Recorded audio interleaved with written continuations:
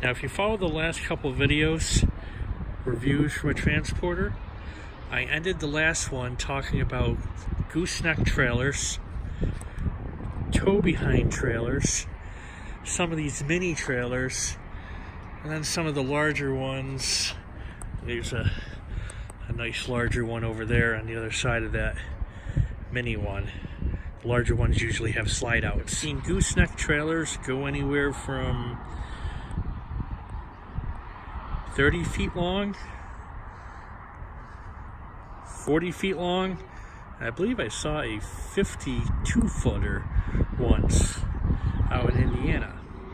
Now, if your truck is outfitted with a gooseneck and you have a fifth wheel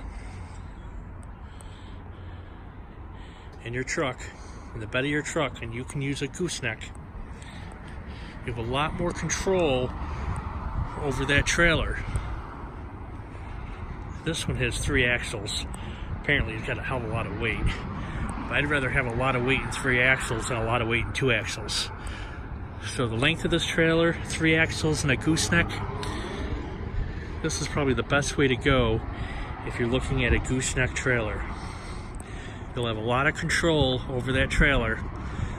Plus it has plenty of axles to support the weight in the trailer.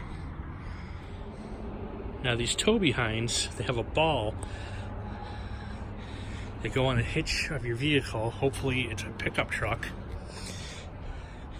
In the last video, if you watched it, I talked about why these RVs sway in the wind. Imagine having an RV that sways in the wind. Basically, you have a big billboard swaying behind you on 2 axles. Some of them only have 1, and it's all supported by a little tiny ball hitch hooked up to the back of your truck. There's a lot of white knuckle driving.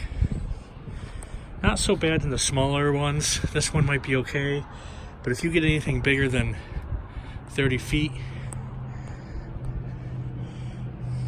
be prepared. One thing I definitely want to comment on, these trailer tires. Not all trailer tires are the same size. Not all RV tires are the same size. Usually a gooseneck or a tow-behind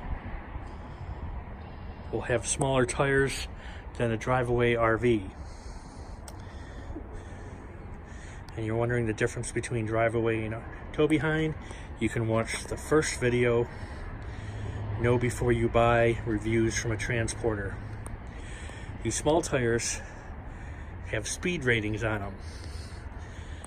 So just because the speed limit is 65 or out west 70 miles an hour, well, let's face it, who does the speed limit? So if you're out west on vacation, the speed limit's 70 miles an hour and you're doing 75, and the speed rating of these tires is 50 miles an hour or 55 miles an hour, you'll find out real quick why that is. I've seen plenty of trailers on the side of the road that were flipped over, destroyed, flipped over on its back. I've seen trailers just sitting on the side of the road completely shredded, like a tornado blew through, and nothing else around because the driver just looked at it and got in his truck and drove away. That speed rating is there for a reason. Here's a much smaller tow behind. This little pup trailer, as we would call it in the trucking industry. I wouldn't think anybody would have any problem moving that. The tires are actually pretty good size. It's a single axle, not a whole lot of weight with something like this. But you can't drive this trailer the same way you would drive those tow behinds or these goosenecks.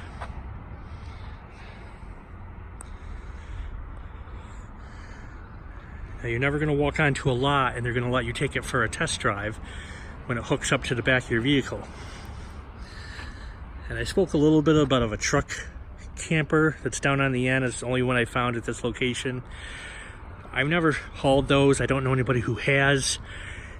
I just personally feel they're a little top heavy. I've seen people in front of me and the whole top of the trailer swaying, and it's making the guy's box sway all over the road. I would think you'd hydroglide in the summer or in the winter, but I can't speak on those because I don't really know.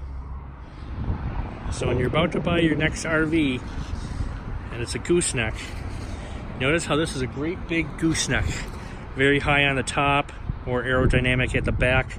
It's a double axle, but very large tires like you would find on your car or SUV.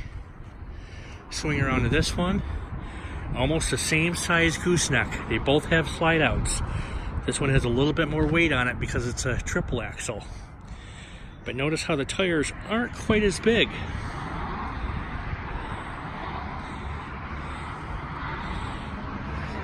Be very cautious of what the speed rating is on those tires. That is not covered underneath your warranty. Now these big ones that are more of a bus type of an RV, it's actually a smaller one because it only has a single axle on it. This is a whole different class. And I'm not just saying that because it's literally a Class A versus a C or B, but it's a whole different class altogether when it comes to transporting and how they handle. On part 4 of my video, I'll talk about why this Class A is a whole nother class in itself.